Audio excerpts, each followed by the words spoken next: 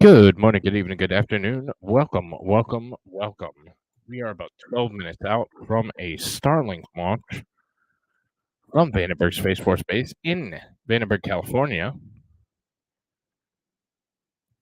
So we're going to get going right away with it.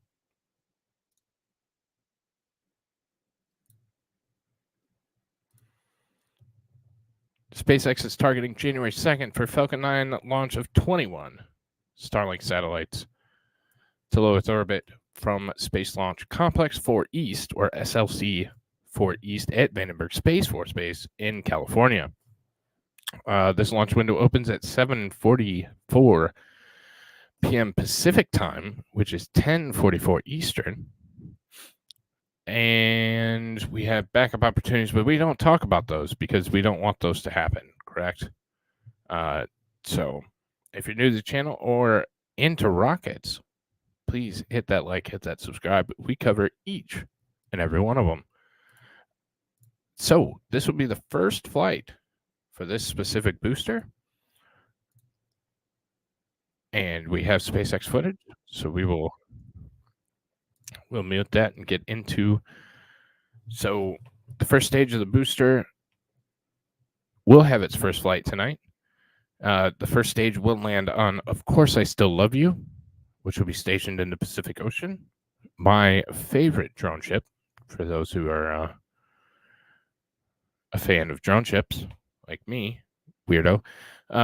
This launch will include 6 Starlink satellites that have direct-to-cell capabilities. So no more the network capabilities, they'll have direct-to-cell capabilities that will enable mobile network operators around the world to provide seamless global access to texting, calling, and browsing wherever you may be, land, lakes, or coastal waters. So this is their next phase of communication satellite. So their next phase of communication satellite will include direct to cell. So much like we have these very expensive and very kind of old school sat phones, that's going to be the next step up for these Starlink satellites. So 6 of them will be that. The other 15 will be traditional version 2 Starlink satellites that we've seen for global internet service. So looking at the mission profile, we're well into the mission profile. T-minus 38 minutes, go for propellant load. T-minus 35, we start loading RP1, which is rocket-created kerosene and liquid oxygen. T-minus 16, we have second stage locks. And this is where we're at, somewhere in this count here, generally. Falcon 9 begins engine chill prior to launch at T-minus 7. T-minus 1 minute, command flight computer to begin final pre-launch checks. T-minus 1 minute, propellant tank pressurization to flight pressure begins. T-minus 45 seconds, when we figure out it is go time, SpaceX Launch Director verifies go for launch. T-minus 3, we get ignition sequence start, and T-minus 0s, we get liftoff of Falcon 9. So we're going to be taking that same right profile that we've been seeing with SpaceX. They like it. So they're going to continue probably with this specific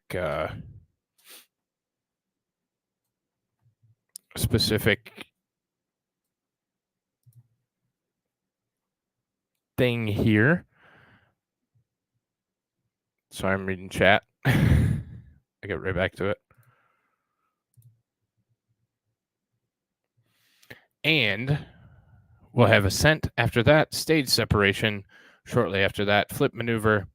The fairing will separate and float back down to Earth. We'll have a payload that separates, and then an entry burn will begin with aerodynamic guidance and vertical landing on the drone ship. Of course, I Still Love You. After that, we will continue our path. Max Q will be at T+1 minute and 12 seconds. About double that time, we'll get first stage main engine cutoff, or MECO. First and second stages will separate about 3 seconds after that. Second engine start 1 will begin at 2 minutes and 35 seconds. 3 minutes, we'll get fairing deployment. And then we have some time. We'll get the first stage entry burn at T plus 6:17. About 20 seconds later, we'll get end of that burn. And then we'll start the landing burns. So our first stage will land at about 8 minutes and 31 seconds into flight, if all goes well. And about that same time, we'll get second engine cutoff. So this will be when SpaceX's broadcast will end, traditionally. Then about 45 minutes after that, they will reignite the engines, circularize the orbit, and get it into its final parking orbit. And Starlink satellites deploy 1 hour, 2 minutes, and 30 seconds into tonight's mission, if all goes well. So we'll rejoin count. We just got engine chill, and we're about Go for T launch. minus 6 While we minutes wait, and let's 52 take a seconds. closer look at the vehicle on your screen. Falcon 9 is a two-stage rocket, and it also happens to be the first orbital-class rocket capable of reflight. Falcon 9 stands about 230 feet tall, which is almost as tall as the Taj Mahal in India, and it's named after the Millennium Falcon from Star Wars. The first stage, which is the tallest portion of the vehicle, provides 1.7 million pounds of thrust thanks to its 9 Merlin M1D engines. And actually, the number 9 in Falcon 9 refers to those 9 M1D engines on the first stage, but there are actually 10 engines on the rocket. That's right. The second stage has that Stage 10th one, engine. RP1 load is complete. RP1 load That complete. 10th engine, which is the Merlin vacuum or MVAC engine. This engine is similar to a first stage M1D engine, but has more redundancies as well as a larger nozzle that allows the second stage to perform in the vacuum of space. The first stage is what gets us out of the Earth's atmosphere and into space, and the second stage takes all the satellites to their targeted drop-off orbit. Now, on top of the second stage, you'll see that large barrel structure with a pointed nose. That is our payload fairing. It's composed of 2 halves, each made up of carbon fiber composite material. As a whole, the fairing protects our satellites until we're in the vacuum of space. Around 3 minutes into flight, once we've exited the atmosphere, we will jettison the fairing halves and attempt to retrieve them once they return to Earth. We want to jettison those fairings as soon as we can because the weight of the fairings actually decrease second stage performance. And for reference, the payload fairing is about 40 feet tall with a 17-foot diameter. So to put that size into perspective, an average fire truck is about 40 feet long and 12 feet wide. So a fire truck would just fill up our payload fairing. As the fairing halves return to Earth, so will our first stage, which is... Yeah, nobody cares. He has some great names. Demios and... Shit, my other deal, my... I can't remember the other name. Demios and... Those are going to be Starship platforms. They're converted oil rigs that he's going to convert into Starship launch platforms and landing platforms. He also has, of course, I Still Love You, Just Read the Instructions, A Shortfall of Gravitas are his 3 drone ships. Then he has Bob for his fairing recovery vessel. So, I mean, Elon has some great names for some great rocket hardware and things of that nature. So we're seeing this strong back start to retract. So you can see those arms lifting up, and we'll go back about 4 degrees. We'll give the rocket some space, but still have some support structures and still have some things attached to it. And then we should get about a 15-degree back from the rocket once everything's configured for launch. Bob is his fairing recovery vessel. So Bob is the one that goes out and tries to catch the fairing halves that flow back to Earth. Just Read the Instructions is a good one. Shortfall of Gravitas is my 3rd favorite ship out of the 3. My first is, of course, I Still Love You. My second is Just Read the Instructions. And then...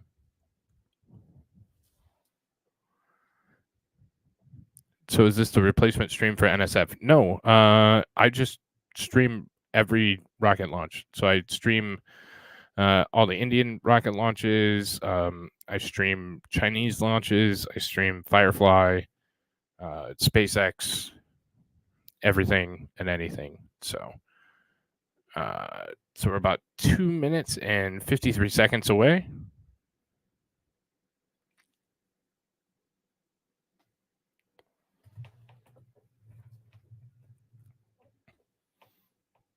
So we should be getting those call outs for tanks here in just a moment. Now that LOX load is complete on the first stage, we will start to see some of those white clouds form around the vehicle. We'll see more of that occur after LOX load completes in about 20 seconds on the second stage. Totally normal. That's just liquid oxygen venting from the lines in the TE.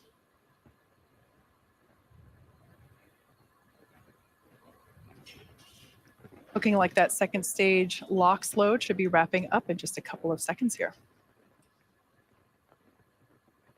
So again, there's two separate stages. The first stage does all the work of getting out of the atmosphere. The second stage is a vacuum optimized system that works in the vacuum. As we said before, weather has been a watch item leading up to tonight's launch. But as of right now, we are still go for launch on the weather front. Everything There's about a continues nominally 40% chance with weather when we started. For an on-time launch. Stage 2 LOX load is complete. There we heard that call out, letting us know that Falcon Stage 2 LOX load is complete. So at this point in time, Falcon 9 is now fully loaded with all of its propellants, equaling 1 million pounds of liquid fuel and oxygen. So again, we'll start seeing that puffy stuff as they start venting Now in about a few seconds, we'll hear a call out that Falcon 9 is in startup. That means that the onboard flight computers have taken over the launch countdown. Start venting the ground systems, and that's perfectly normal. That's just the liquid oxygen. Falcon 9 is in startup. Meeting the warm Right air. now, Stage 1 and Stage 2 are beginning to pressurize to their final pressure prior to launch. So about 3 seconds, we will get go, no go hole. LD is go for launch. And we are go for All right, launch. that's the final go needed for tonight's launch, coming to us from our launch director. So at this point in time, at T-minus 35 seconds, all systems are go for liftoff of Falcon 9 with our Starlink satellites, including our first 6 direct-to-cell satellites. Let's listen in on the final count. Go Starlink, go SpaceX, go Falcon 9. T-minus 15 seconds. T-minus 15 seconds. Is someone on fire? I don't believe so. T-minus 10, 9, 8, 7, 6, 5, 4, Water deluge system. 2, 1, ignition, and liftoff of Falcon 9.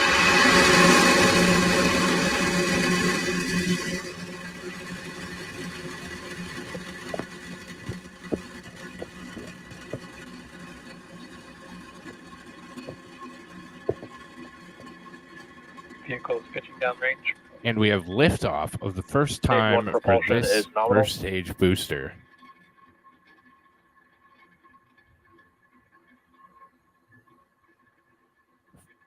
Our first milestone is coming up on max 33 Q. seconds. You are watching Falcon 9 accelerate our great. Starlink satellites out into space.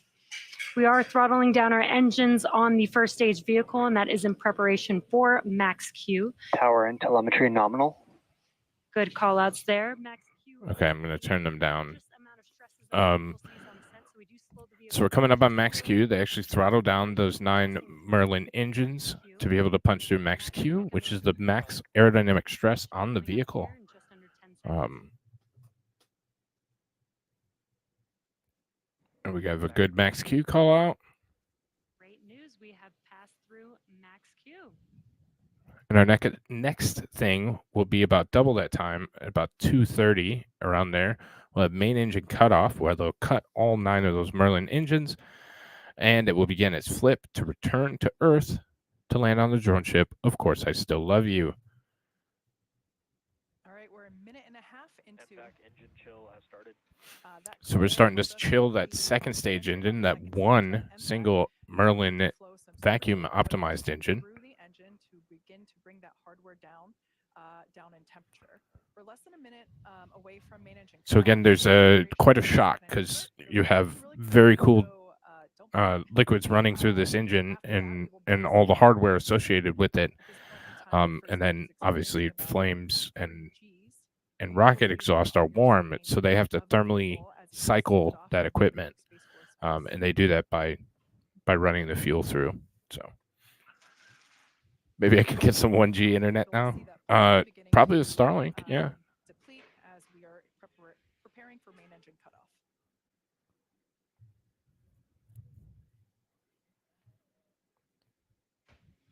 So there's MECO, or main engine cutoff, and we should see stage separation here.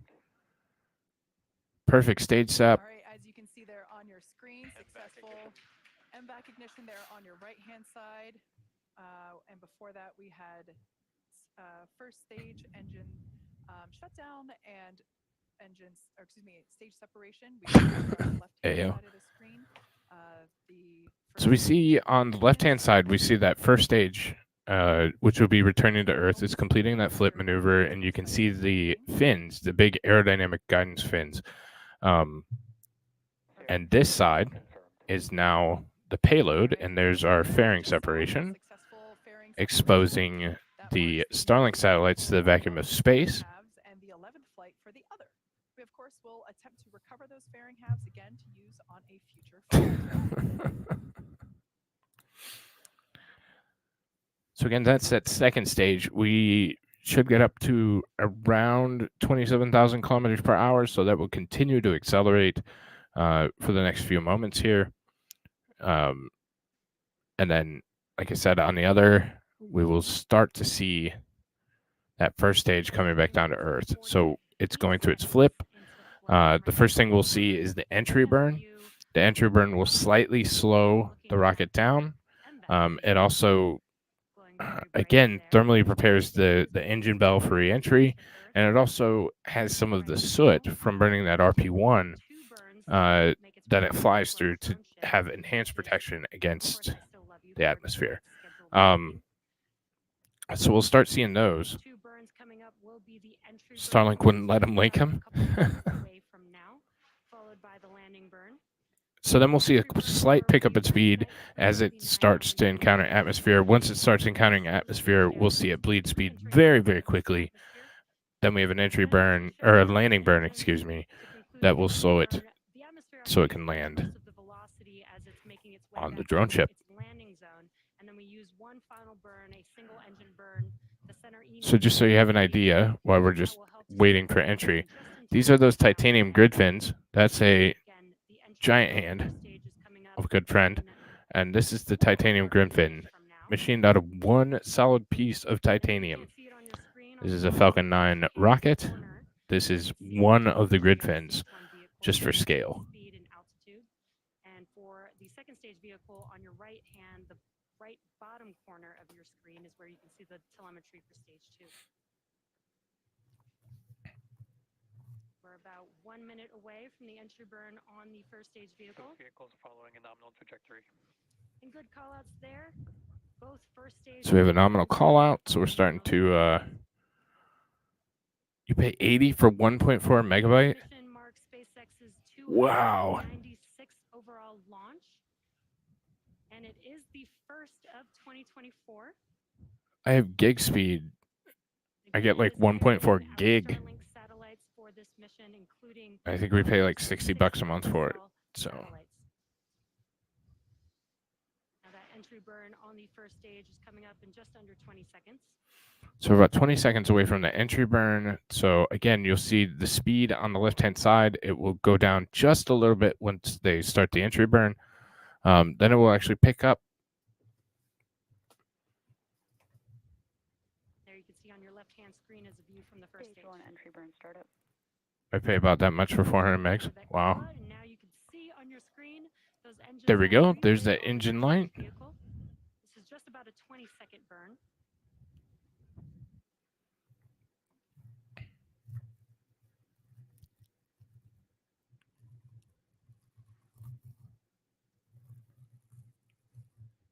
Stage 1 entry burn shutdown.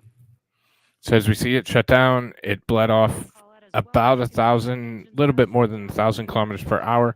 We'll see that pick back up when it starts to slow again. That's when we know we're starting to encounter the top of the atmosphere, and it will slow down from there. So right there is where it started encountering atmosphere. Now we're going to see that speed bleed off, and the atmosphere is going to do most of the work to slow the rocket. So everything continues to look good for both the first and second stage. So that second stage, we are still nominal, coming up on about 19,000 kilometers per hour. You got it on camera? Oh, that's cool. Did you send it to me? Can you send it to me? As we can see, it's getting closer and closer. We are targeting a landing on our drone ship. Just read the instructions. Excuse me, of course, I still love you. And there we just heard the call out that the first stage is transonic, telling us that it is traveling near the speed of sound. Now only 6 kilometers above the ocean.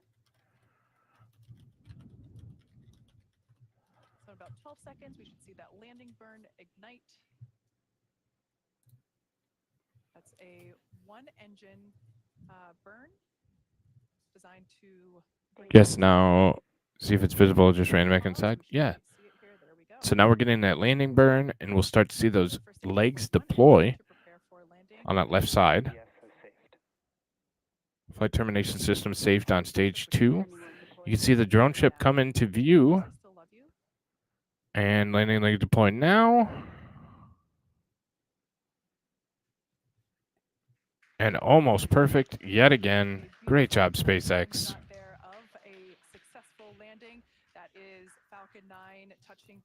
Oh, that frame rate. Yeah, there's some kind of uplink issue where they can't get a good frame rate with the rocket. I don't exactly know why, but it's been challenging. It is absolutely amazing, and it never gets old. First direct-to-cell satellites launched to orbit today, the first of many that will enable an additional layer of connectivity. So we're right there, 27,310 kilometers per hour. So we're right in that ballpark. They should be shutting down. Oh, they did shut down, so it's cooling now. And thank you to all of you, the viewers.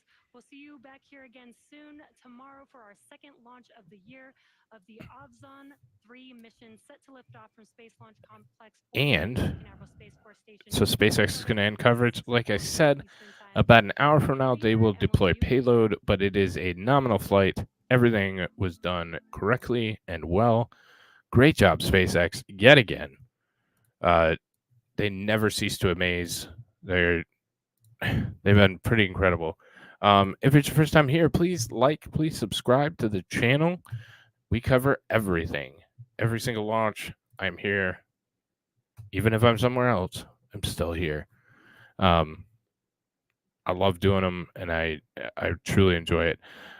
Tomorrow at 6:04 p.m. Eastern Time is the scheduled, as of now. We have the Ovzon 3 satellite, which is a small geostationary satellite for the Swedish broadband internet provider Ovzon. It was originally scheduled to launch off one of the islands on an Ariane 5 rocket, but it was moved to a Falcon 9 due to a delay in manufacturing of the Ariane 5. It was supposed to be launched originally in the summer of 23, and it's been delayed and switched to a Falcon 9. After that, our next flight on the books officially will be the Vulcan Centaur,